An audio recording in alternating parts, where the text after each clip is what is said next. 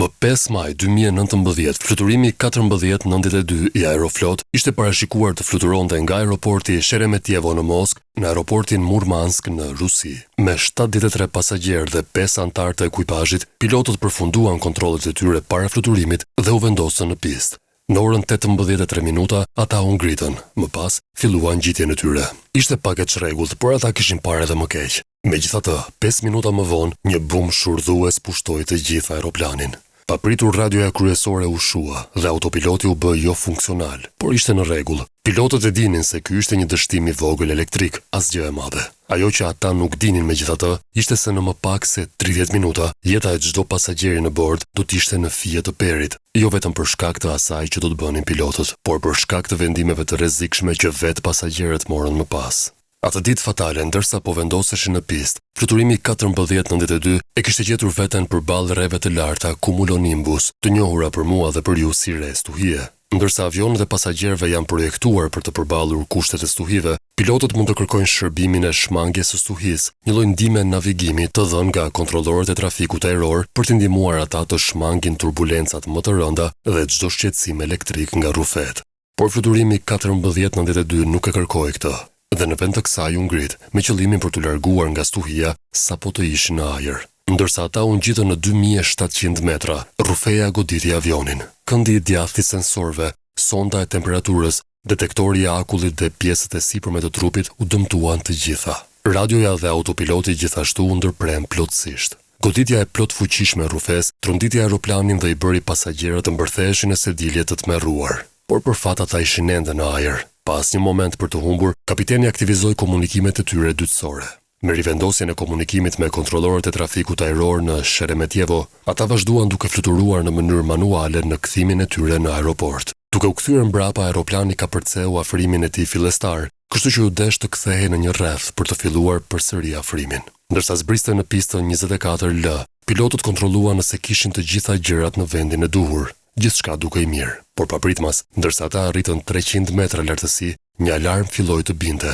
Një alarm që sinjalizonte që aeroplani mos të ulej për shkak të erës së fortë në pistë. Prerja e erës është një ndryshim I papritur në shpejtësinë ose drejtimin e erës, duke bërë uljen e aeroplanit të vështirë apo edhe të pamundur. Alarmi ra 5 herë në kabinën e fluturimit 1492, por për arsye të panjohura, ekuipazhi nuk e pa kurrë dhe vazhdoi zbritjen. Kur avioni zbriti në 55 metra, u dëgjua një alarm tjetër. Ky alarm I cili është pjesë e sistemit të paralajmërimit të shmangjes së terrenit, tregoi një devijim të tepruar në rënje nga sistemi I tyre I uljes me instrumente.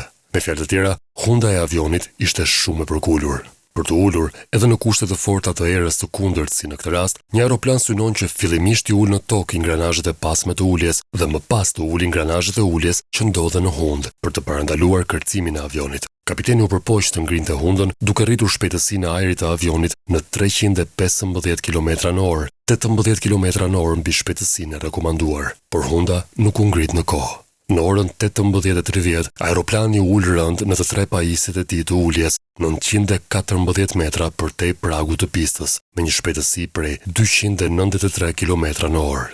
Avioni u hodh në një lartësi prej 1.8 metrash dhe më pas, 2 sekonda më vonë, kur një përpjekje për të përfshirë shtytësit e kundërt dështoi, avioni preku pistën përsëri dhe u hodh në një lartësi prej 5.5 metrash. Pasagjerët I mbanin ende rripat e sigurimit, por ata po hidheshin rrotull si kukulla. Kapiteni goditi shtytëse duke u përpjekur të ngrihej për të shpëtuar situatën, por ishte tepër vonë. Avioni goditi pistën për herë të tretë dhe të fundit me 260 km/h. Ishte kjo përplasje e madhe përfundimtare që shkatroi pajisjet e uljes së avionit, duke qarë krahët dhe rezervuarët e karburantit. Karburanti që rodhi shpejt I vuri flakën gjysmës së pasme të avionit, ndërsa ai rrëshqiti në pistë me një shtullung të trash, tymi dhe zjarri, duke u zvarritur pas tij. Përfundimisht u ndal mes 2 rrugëve lidhëse I përfshirë nga flakët. Zjarri po përhapej aq shpejt sa pasagjerët dhe ekuipazhi nuk kishin kohë për të vepruar. Tymi I dendur I zi po mbushte kabinën me një shpejtësi alarmante dhe ekuipazhi I kabinës nisi evakuimin sa më shpejt që të mundej. 3 sekonda para se të jepej urdhri zyrtar I evakuimit, ata I udhëzuan të gjithë të linin çantat dhe të evakuoheshin menjëherë. Një antar I ekuipazhit hapi derën e daljes djathtas dhe hapi rrugën e daljes së emergjencës vetëm 8 sekonda pasi avioni u ndal. Pasagjeri i parë doli prej saj pas vetëm 17 sekondash. Një rrjedhë qëndrueshme pasagjerësh evakuoi mjetin e djegur, me oficerin e parë që doli nga dritarja e kabinës me një litar. Pas 70 sekondash pasagjeri i fundit që ja doli mban, doli nga avioni. Por ndërsa të gjithë po vraponin drejt sigurisë, u bë e qartë se pasagjerët nuk kishin shpëtuar vetëm veten. Shumë prej tyre mbanin bagazhet e dorës. Bashkë me ta rrëshqitën poshtë edhe valixhe të tëra me rrota, e pabesueshme. Ndërsa njerëzit po zvarriteshin përgjatë korridoreve për të shmangur tymin nga pjesa e pasme e avionit, duke përpjekur dëshpërimisht të shpëtonin veten, disa pasagjerë kishin gjetur kohën për të bllokuar korridoret dhe për të marrë gjërat e tyre nga ndarja e sipërme, para daljes nga avioni që ndodhej në flak.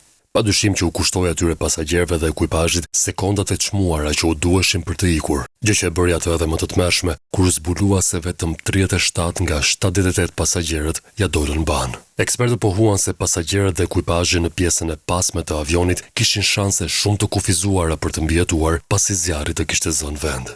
E megjithatë, kjo mundësi mund të ishte rritur nëse këta pasagjerë do të mendonin për ndonjë gjë tjetër përveç gjërave të tyre materiale. Sado i pabesueshëm që duket ky incident, nuk është i vetmi. Në fakt është shumë i zakonshëm. Kjo ndodh gjatë gjithë kohës.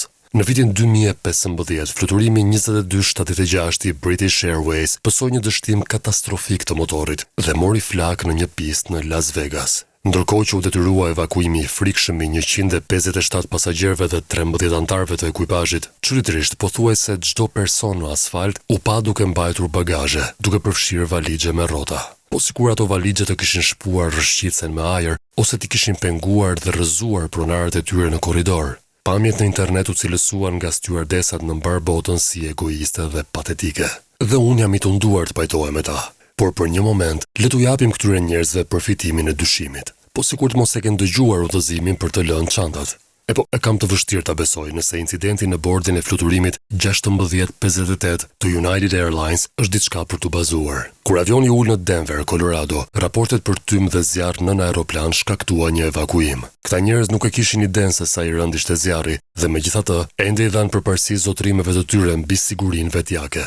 Për fat ishte një zjarr i vogël dhe të gjithë 157 pasagjerët u evakuan pa problem. Por ç'të themi në një ulje aksidentale? Me siguri që fluturimi 1492 ishte një anomali dhe njerëzit nuk e kanë prioritet të kapin çantat kur e dinë se janë në rrezik të afërt apo jo.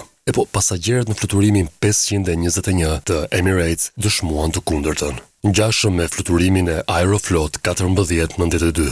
Më 3 gusht 2016, fluturimi 521 po ulej në Dubai, Emiratet e Bashkuara Arabe, me 282 pasagjerë dhe 18 anëtarë të ekuipazhit. Papritur një erë fort shkaktoi komplikime të mëdha që çuan që avioni të përplasej dhe të rrëshqiste përgjatë pistës. Pavarësisht se u është thënë të evakuohen, kjo është çfarë bën pasagjerët më pas. Njerëzit po bllokonin korridorin dhe po përpiqeshin të arrinin raftet e sipërme në vend që të nxjerrnin vetë fëmijët dhe familjet e tyre nga aty. Nga një mrekulli, pavarësisht nga kjo sjellje çmendurisht egoiste, të gjithë ja dolën me vetëm disa lëndime të lehta të raportuara. Vetëm 9 minuta pasi avioni ndaloi plotësisht, ndërsa vetëm piloti dhe ndihmës piloti ishin në bord duke kontrolluar nëse të gjithë pasagjerët kishin dalë, flakët arritën në rezervuarin qendror të karburantit dhe avioni shpërtheu. Edhe piloti edhe bashkpiloti mbijetuan, por thuajse nuk ja dolën. Duke thënë këtë, në rast të një përplasje e avioni, pasagjerët nuk duhet t'u japin kurrë përparësi çantave mbi jetën.